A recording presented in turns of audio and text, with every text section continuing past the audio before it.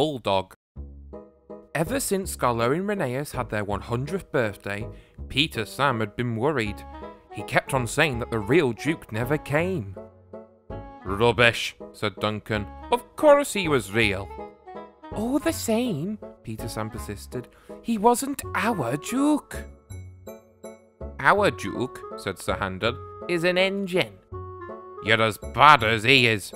All engine dukes were scrapped. Ask Duck."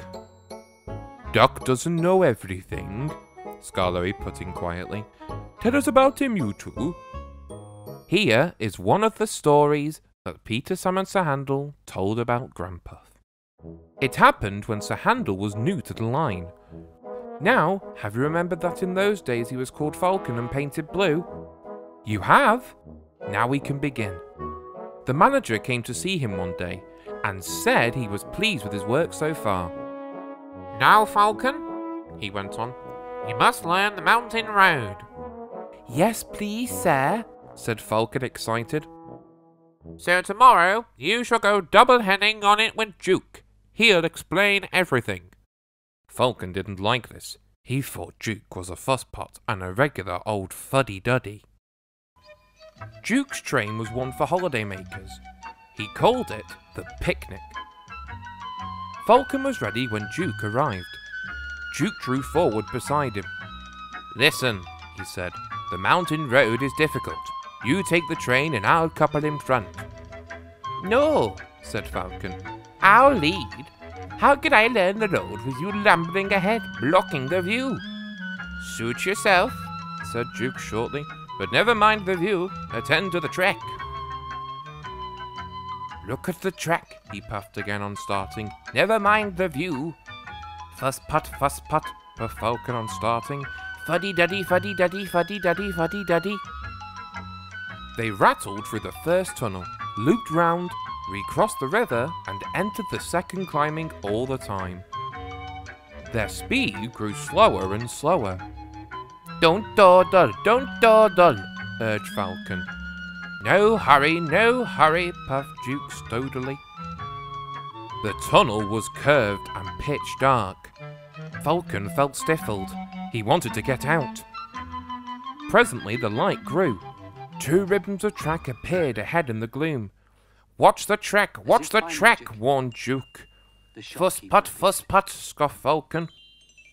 The tunnel mouth grew larger and larger till at last they burst into the sunshine. The line here swung sharply right. It was laid on a hedge cut in the hillside. Below lay the valley up which they had come. Track and buildings looked tiny, like toys. No one quite knows what happened next. Duke said there must have been something on the track and Falcon hadn't kept a good lookout. Falcon said he was dazzled, so how could he keep a good lookout? Anyway, their coaches had barely cleared the tunnel when Falcon lurched. His front wheels derailed, crunched over sleepers and ballast. He came to rest with one wheel uncomfortably near the edge. Duke had saved Falcon. Now he held on grimly with locked wheels and taut couplings. "Young idiot," he hissed. "Stop it! I can't hold you if you shake." Falcon tried hard to stop shuddering. Quickly, Duke's driver and fireman chocked the wheels and strengthened the coupling between the 2 engines. "Thank you," said Duke. "Now I'll manage." With Duke secure, the 2 crews, helped by a plate layer, propped up Falcon's front end. They were looking forward to a rest when Duke began wheeshing in an alarming way. His fireman ran to the cab. "Water!" he cried. "We want water quickly!" The plate layer's cottage stood nearby. He explained to his wife, and the passengers borrowed jugs, buckets, kettles, saucepans, anything in fact which would hold water. They formed a chain from the well to the engine and passed them from hand to hand. The fireman meanwhile reduced his fire and anxiously watched the gauge. It was hot and tiring work, for Duke needed many gallons, but at last the fireman shouted cheerfully, "We're winning! Don't weaken!"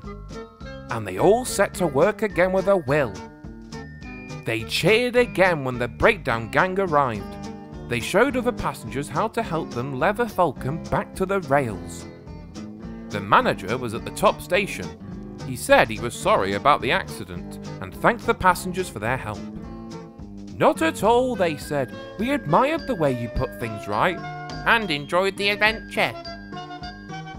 They thanked Duke and his crew for preventing a nasty accident. "Your Duke," they said, "is a hero. He stood firm like a bulldog and just wouldn't let go."